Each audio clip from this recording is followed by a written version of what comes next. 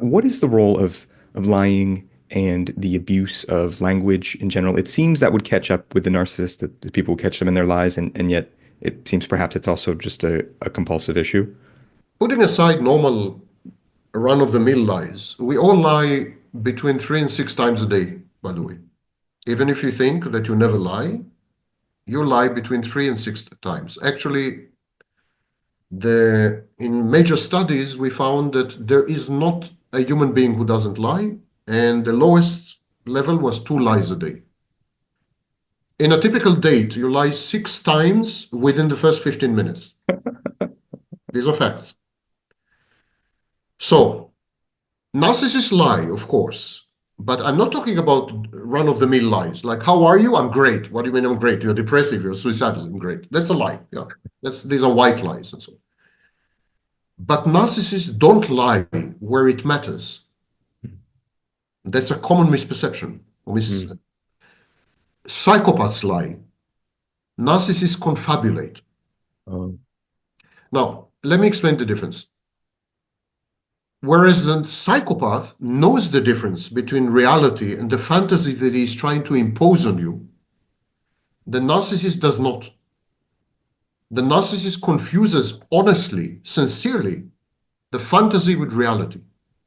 When the narcissist makes you a promise, it's because he believes he's going to carry it out. So he is not future faking. When the mm, narcissist tells you something about their past, it's because they've had a memory gap and they try to bridge it with a plausible story, which later in their minds became a fact. Narcissists lie a lot less than psychopaths and never where it matters because they believe in the fantasy as much as they want you to believe in it. They believe their own confabulations and stories and prevarications and fantasies and so on. They are delusional. They're seriously mentally ill. Narcissists are even more mentally ill than people with borderline personality disorder, and they're definitely more mentally ill than psychopaths.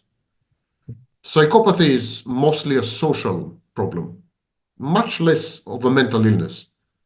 It's it's when you're obnoxious and not nice, and don't play by the rules, and you break the rules as a matter of course, and you're a rule unto yourself, you're law unto yourself. Okay, so yeah, it's a problem for society and others.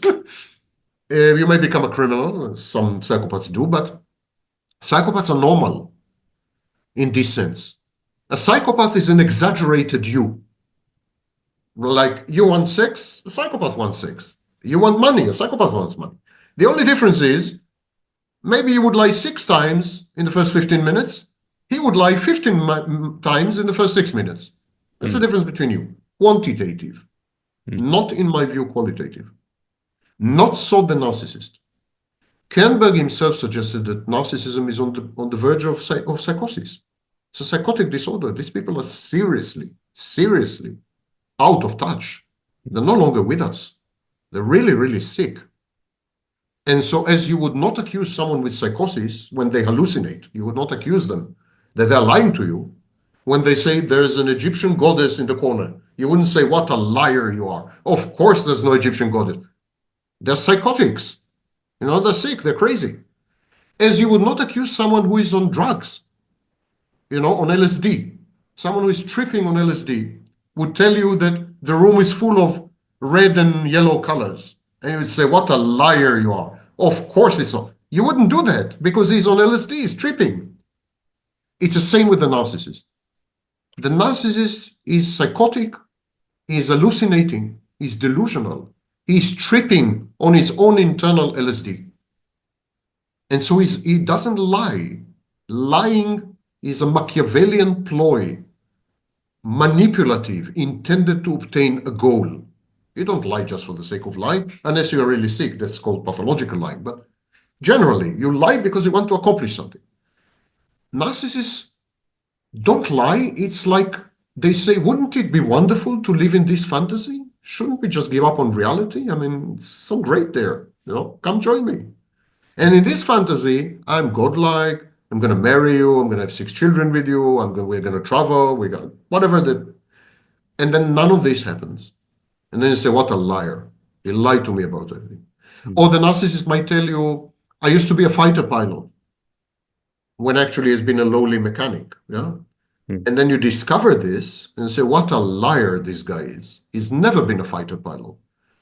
A narcissist believes that he has been a fighter pilot, or mm, could have been a fighter pilot, or was on his way to becoming a fighter pilot, or something. There's sincere belief in the fantasy and the confabulation. Whereas a psychopath would lie to you that he has been an investment manager when he's never been an investment manager because he wants your money. mm, That's the difference. And he knows that he has never been an investment manager. He can tell the difference. mm. Can we tell the difference when a narcissist is confabulating versus Depends. not? When he's confabulating, Mm, it's difficult. I Narcissists would are think very so. convincing. Yeah. And very often you want to believe. Yeah. Because, for example, you're lonely. Yeah. You're lonely and you want companionship and you want a boyfriend or girlfriend or whatever. And you suspend judgment. You say, who cares? And sometimes his fantasy resonates well with your fantasy. I'll give you an example. The first stage of every shared fantasy involves something called love bombing. In the love bombing phase, the narcissist idealizes you. So the narcissist dates and someone who potentially is an intimate partner, and the narcissist tells this person, "You're amazing. You're unprecedented. I've never felt this way. You're hyper intelligent. You're drop dead gorgeous. You're this and you're that." So there's idealization. You can do no wrong. You're perfect. You're a perfect entity, deserving of unconditional love. The narcissist becomes your mother as well. This is a principle that I call dual mothership. You become the narcissist's mother and he becomes your mother. At that point, people with a certain psychological profile would fall in love with themselves, would fall in love with their idealized version via the narcissist's gaze. And the narcissist's gaze would become addictive. These people were deprived of self-love or deprived of parental love, or they're just broken or damaged, or they're vulnerable point in life, something just happened, and they're in need of love. And so here the narcissist comes and says, I'm going to present to you a version of yourself which is worthy of love. And I'm going to allow you to fall in love with this version of yourself. This version of yourself may have little to do with you, but it's lovable. So I will allow you to fall in love with it. But you can do this only through my gaze. I have the monopoly on access to this idealized version of you. You want to access this version of you? You want to fall in love with yourself? You want to get infatuated with yourself? You must do it through me. And my price is this. My price is participate in my fantasy, see me the same way, co-idealization, and so on and so forth. So as you see, sometimes fantasies resonate. The narcissist comes to you and says, I'm going to make you feel like you've never felt before. I'm going to make you feel lovable and perfect and amazing and this and that. And you say, I need this. At this moment in my life, I need this, or I need this generally because I've never felt it before, or whatever. So you collude with the narcissist. You become absolutely an accomplice in the fantasy. And that's what I keep telling victims. And Mm. that's why victims hate my guts. I keep telling them, you have contributed to your predicament. Absolutely. And as long as you refuse to admit this and take responsibility for your choices and decisions and wrong turns in the road, you will never recover and you will never heal. Mm. Because recovery and healing requires ownership and honesty and authenticity.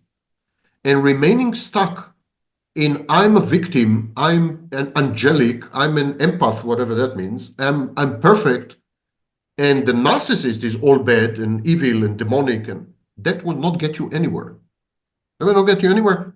Additionally, it's a narcissistic attitude known as splitting. It's a splitting defense. It's a primitive defense mechanism where one party or one side is all bad and I'm all good. This is infantile. But victims find it very difficult to accept this because they want to believe that they've done nothing wrong, and they've done nothing wrong. It's not what I'm saying. I'm not saying they've done something wrong. I'm saying they've had a contribution. They participated somehow. If you're a member of a cult, you can't just say, I've come across a former member of a cult who became a whistleblower and a very famous whistleblower. And now he's a, I think, documentary filmmaker with it. He goes around making it seem that it's all the cult leader's fault. He was innocent and pure as the driven snow. That's nonsense. It's complete nonsense. A relationship with the narcissist is a cult. It's a religion, Mhm. a club. Compare it. You need to belong to it. You need to choose to belong to it. It requires membership. That was a clip from my interview with Sam Vaknin.